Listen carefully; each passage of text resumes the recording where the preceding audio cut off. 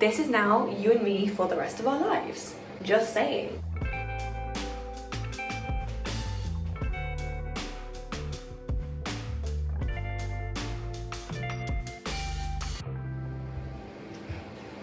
Good morning. I have OG'd this video for what feels like a million years.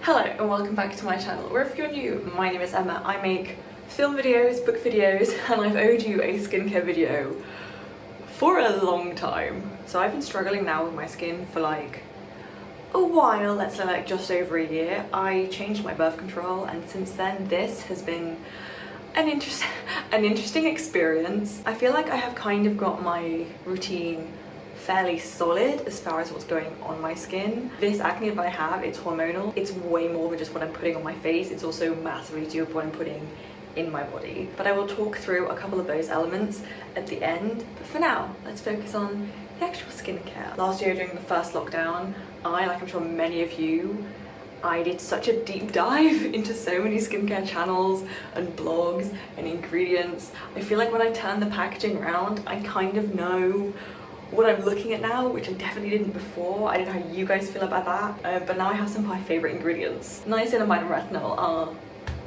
they just are my babies. So yeah, let's just get started with what my sort of spring 2020 skincare at the moment is. Whenever I see any of these videos, I'm like, how do you just not?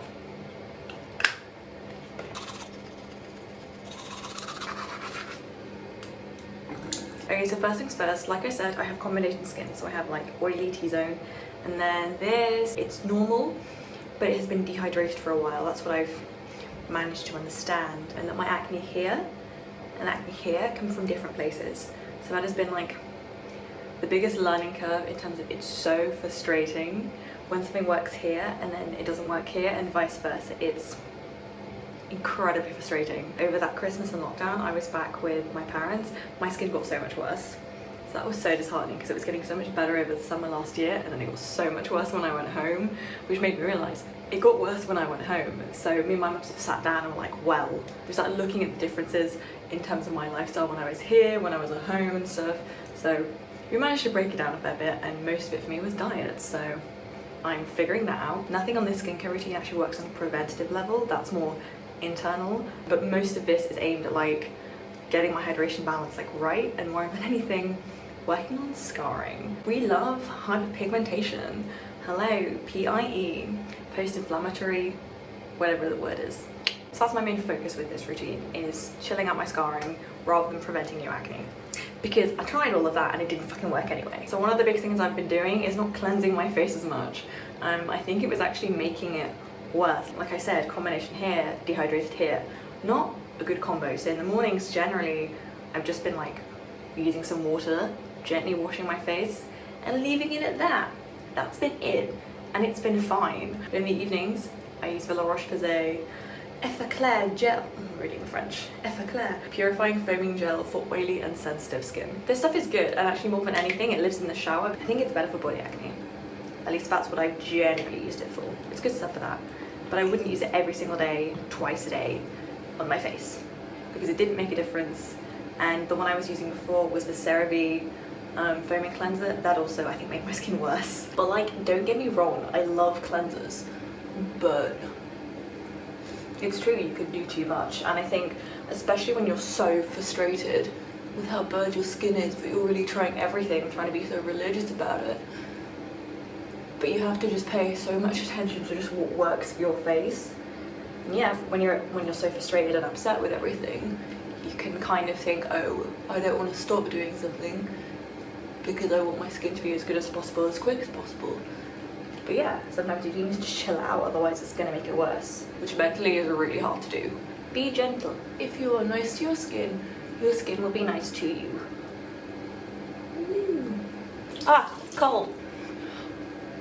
So, my morning routine and my evening routine do differ. So for toner, I've been using the Ren Ready Steady Glow Daily AHA Tonic. If you've watched this channel for a while, you will know I love acids. I just love acids to just like... I always joke saying burn my face off and then it seems to scare everyone. No, just gently, chemically exfoliate. Oh, also, reusable cotton pads that you can wash. Genuinely, really recommend. I don't use much of this, and just gently on your face. More than anything, I'll just end up dabbing on my face. The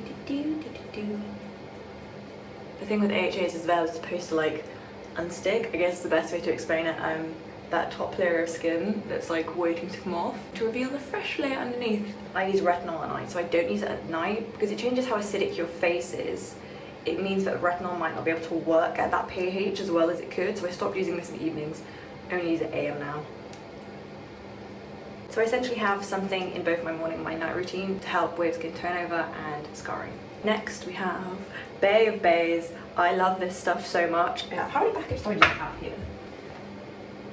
These are just the ones that are under the sink. I love this stuff. Niacinamide, I like 100% credit with getting rid of the skin texture on my forehead. Because like I said, my issues on my face come from different places, which is really fun. I love having combination skin. It makes everything so simple for me. But yeah, I have pictures that you can just see how textured it was, and then when I broke out on my forehead, it was just a lot all at once. That was my main initial agenda, let's say, with my skincare, was to sort out my forehead, and it sucked so much that I started breaking out on the rest of my face, where I never really had done before, because I've never got to like just enjoy some of the other successes I had with my acne. Like, I'll talk about my body care later, because that's gone so well for me, and I feel like I can't enjoy it because I still have more things that I need to fix. I like this niacinamide, but I'm curious about the Glossier one that they have, because that's meant to sit better under makeup. Obviously this last year when I found like, when have I worn makeup? I'm considering looking into the Glossier one just to see if that works better when I do get to wear more makeup and go out and have fun. Then I've been using this like as and when it's necessary. This is a benzoyl peroxide gel. You can't get this over the counter, but you can get it via the Boots like acne clinic pharmacy thing that they have. You just need to fill in a bunch of forms. I'll link it down below if you're in the UK. It was like 10 quid, definitely recommend. Benzoyl peroxide works best when you have like, you know, those like really angry red breakouts. I like have one new one here. But it's been nice being back, because I feel like the rate at which I acquire new acne has changed. Almost completely stopped. But it's a slow process, and you need to have so much patience and massively discipline as well. But yeah, when your spots are red and angry, this stuff is really good. Also, to all of my UK and EU viewers, if you watch American skincare gurus and they're talking about a lot of their favourite things, do double check that the ingredients are the same, because like half the stuff that's approved in the States is not approved in the UK and EU. So you might be wondering like, why doesn't my product work? They said it was fantastic. There's a lot of benzoyl peroxide things, but they were recommending that I was looking into that just aren't available in this country because our regulations with ingredients are different. So double check that. This is why it's so important that you learn what the back of your packaging says. Next we have, this took me a while to come back to. I've had the last like 2-3 months just bad luck with moisturizers. It was this Aven gel one. I'm a really big fan of gel moisturizers. The Clinique Moisture Surge is my holy grail. I love this stuff so much. So I tried the Aven one. It's awful, and I think it took me a long time to figure out, actually, because it was fragranced, it was messing with my face. I tried this, fragranced, makes my face itch. I don't think I'm allergic to fragrance, but I'm definitely sensitive to it on my face. So this is such a shame. Pour lisser, les crèmes concentrées. It's meant to be really good. It wasn't. So I've gone back to the Kiehl's Ultra Face Cream. I had this a while ago, and I wasn't like overly impressed with it. I was like, I'm gonna keep looking, but now I'm just happy that this didn't cause me any issues. So I got it in like 125ml tub. So usually it comes in 50. If it ain't broken, don't fix it. But like now, because I have combo here and dry here, I just try and balance it by putting more where I need more, rather than doing an even distribution. Oops. This stuff is good. It's expensive. That pot was £58. Do I think you need to spend £58 on moisturiser? No. Do I do it because it makes me feel better about myself? Yes. And here's the thing with skincare, right? There is a lot of like that mental attitude towards it. Just in terms of like, you're so specifically taking, I know I need to not break down, shut up.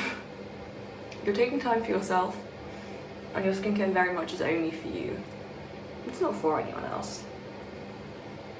And sometimes we struggle to take time for just ourselves because we can't justify it, or feel as though we have to justify it and then feel like we can't. Like skincare is one of those things where this is just for you. And you have to focus, so it's a good little bit of time out. SPF is your BFF. This stuff, this stuff, this stuff. Now this stuff, I absolutely love. It's good. It's SPF 50. It doesn't leave a white cast. Well, it doesn't leave a white cast on my skin tone. So if you have darker skin tones than mine, let me know if you like this as well. It's the La Roche-Posay and the Stelios 50 plus liquid one. They have like a tinted one. I'm kind of interested in trying that. This stuff is good. And I know it's much, but I am putting this on my face. I even stood next to my window. I really like bullet journaling, and I track a lot of things on my bullet journal, and the thing I'm going to add for April and stuff is whether I wear SPF or not. Not to shame me, well yeah, to shame me into using SPF on the absolute daily. It doesn't leave me gross, it doesn't leave me greasy, and it leaves me protected from the sun's rays. Even though I continue to complain about looking completely translucent, but that's really not the point. Why do I just feel calmer? Okay, so that's my morning routine. Ooh, I forgot something. If I'm feeling fancy, I will add this to my moisturizer, or just before. Watch me be really dyslexic. Cyanogenol? I can do this. Cyanogenol.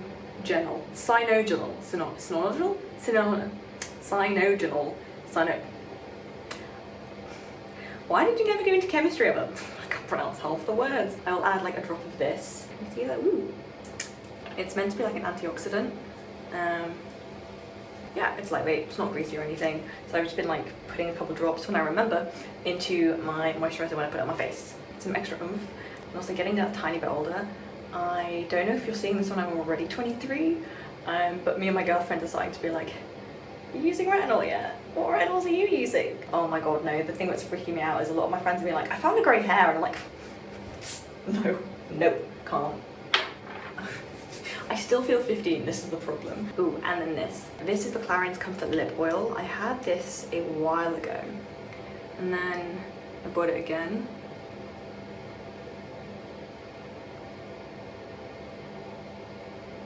It is exactly as good as I remember. Ugh.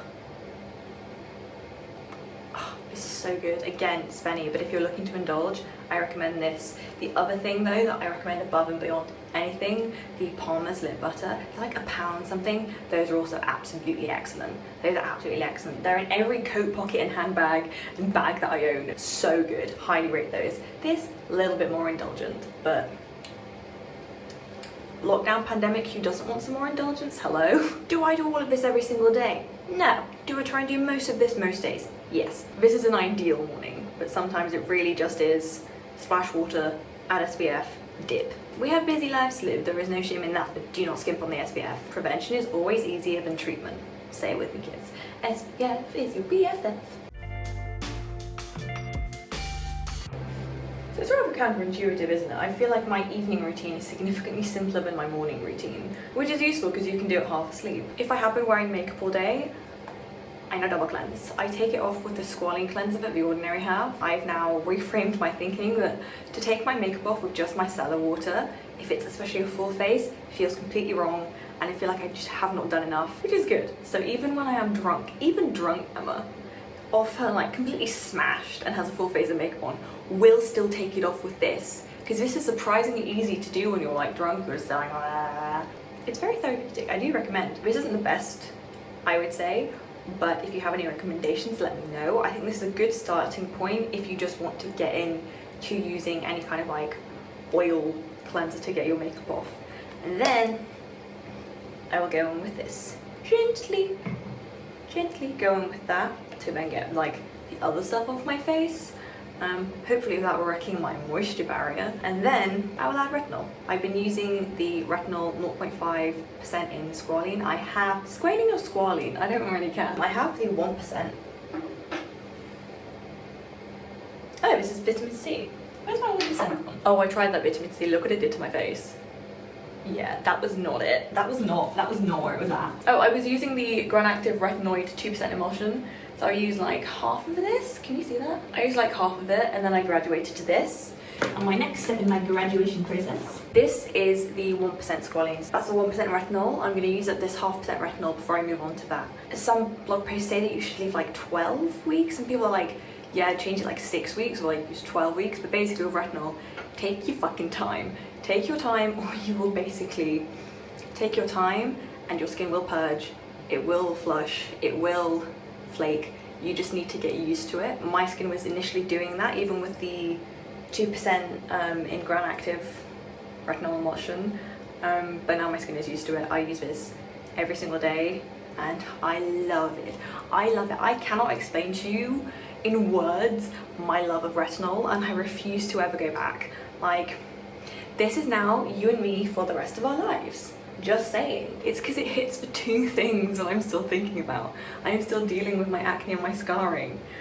But obviously retinol is really like massively used for anti-aging, like aging prevention. We should reframe how we think about that, but it's like, yeah, for like lines and stuff, because I have lines and stuff, I don't want to talk about it. This is managing to tick both boxes. And I don't want to go into my mid-20s. Who what? Has this stopped me breaking out? No. Like I said, it's more internal for me than anything else. Has this, however, changed the rate at which my scarring goes away? It has. It's so good with how much it's like just sped up my skin like turnover. So I feel like my acne lingers significantly less than it used to.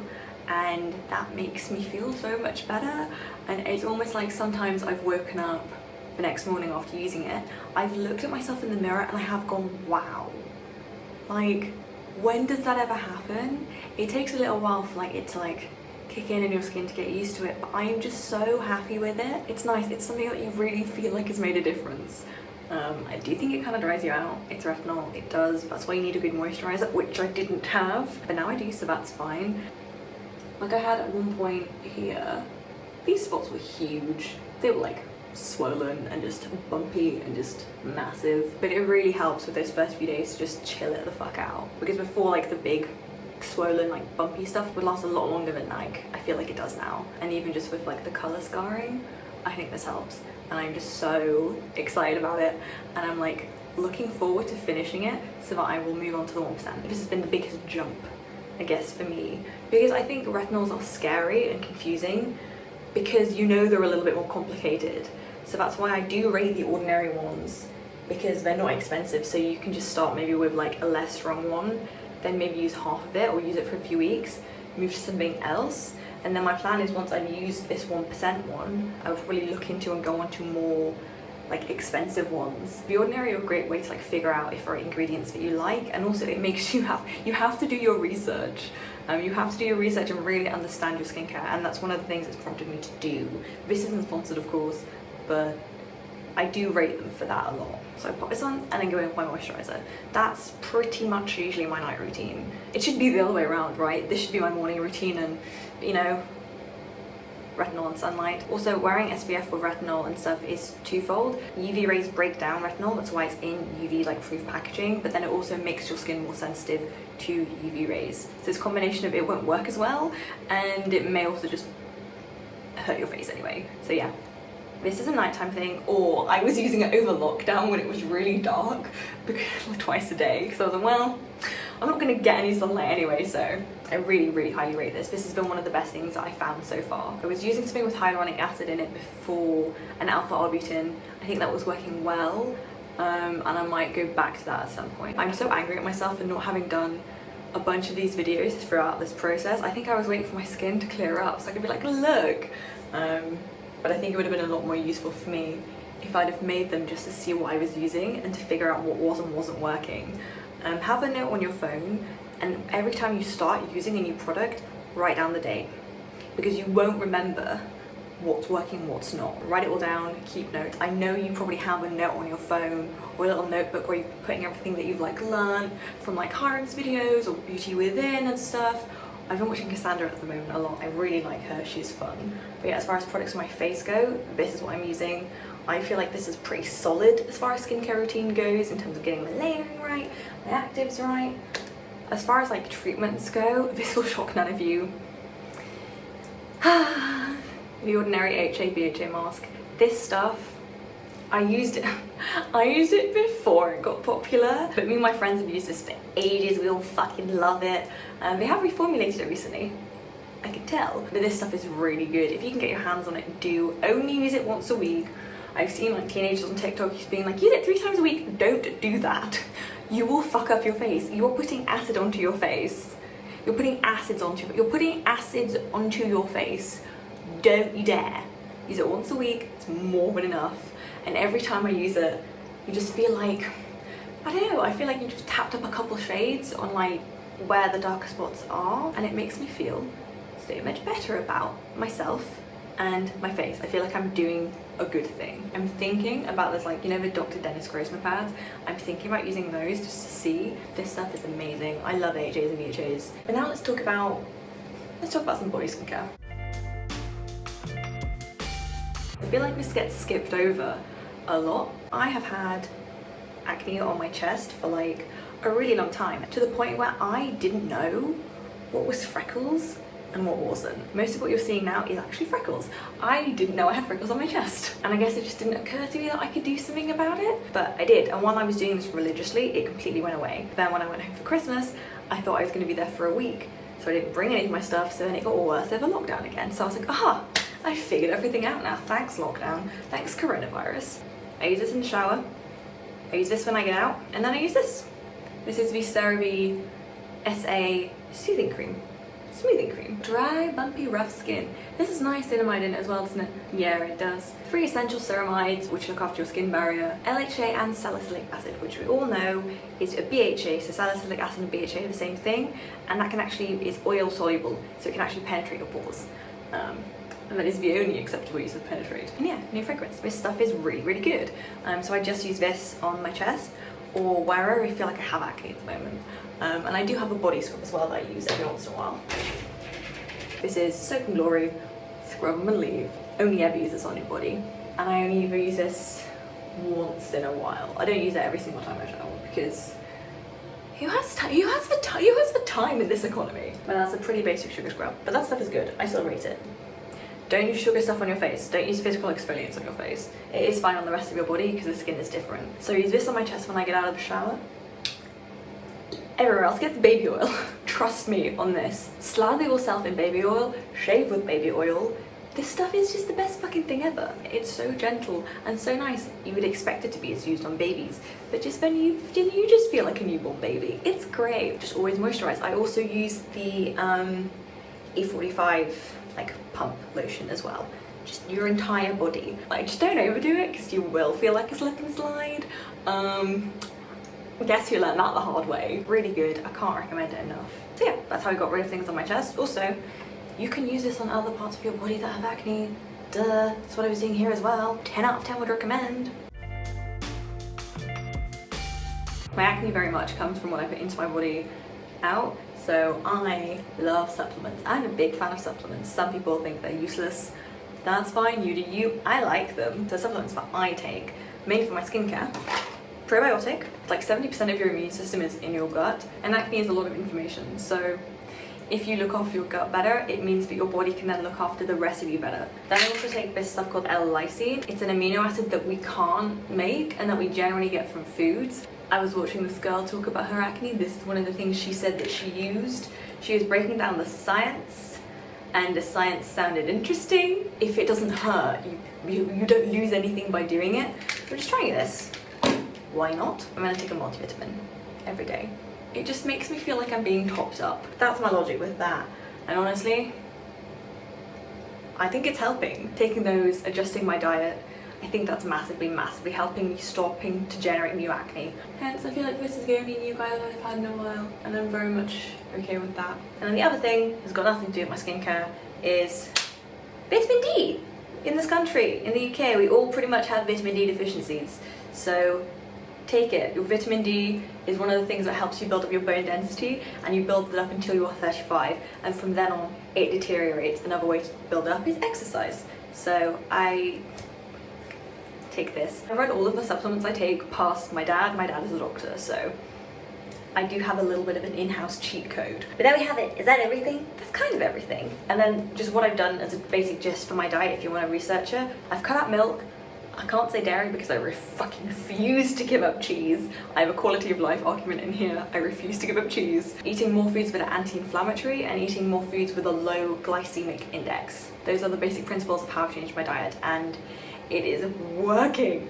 It's working. It's doing the thing. It's doing the thing. If any of you have struggled with hormonal acne and stuff, you know how frustrating it is, and this has been going on for a year. I just wanted to like deal with this, and then my entire face has just been crap, and it's so frustrating, and it is emotionally painful. So like when I see things that are working, how can I not get so excited? It is exciting, and I'm like just looking forward to it. It's a lot of things that I was unintentionally doing last summer, and then my skin was getting better, and I thought it was my skincare, but it actually wasn't. It was the way I was eating. So being able to now consciously do that and look after that, and like, oh, it's exciting. It's really exciting. So those are some of the things I'm doing for me on the inside, and I've just told you lots about what I'm doing for me on the outside. But I think the most foundational principle is just, you know, be kind to yourself, be gentle to yourself, emotionally and physically, and that patience is a virtue for a reason. And if you're watching this on a very long deep dive of other videos that you've been watching, you'll get there. Really don't worry. And it sounds so silly, but don't let it ruin your day. I've had so many times where I felt like it's ruined my entire fucking day when I've just been like looking at my face too much.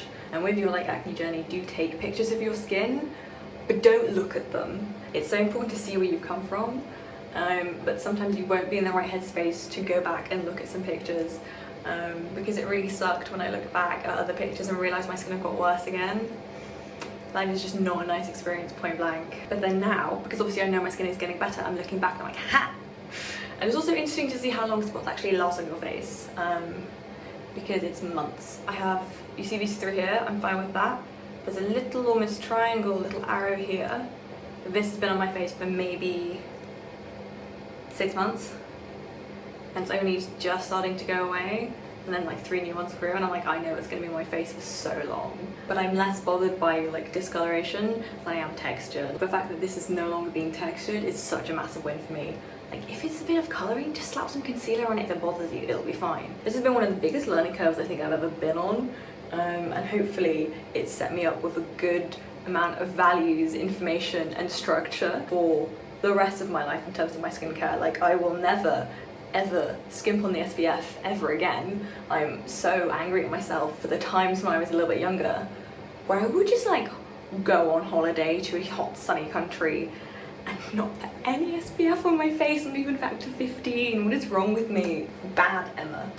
Good things come to those who wait and whatnot. Well, good things come to those who do a lot of research. But yeah, I hope you learned something from this video. If you have any questions, let me know down below. If you've used any of these products and had different experiences to me, let me know down below. If you have different skin types and things worked for you, let me know down below. Let's collect and pool all of the data. Let's do that. We're always really good at that on my channel. But yeah, thank you very, very much for watching. I like subscribing, all the jazz, and I will see you guys very, very soon.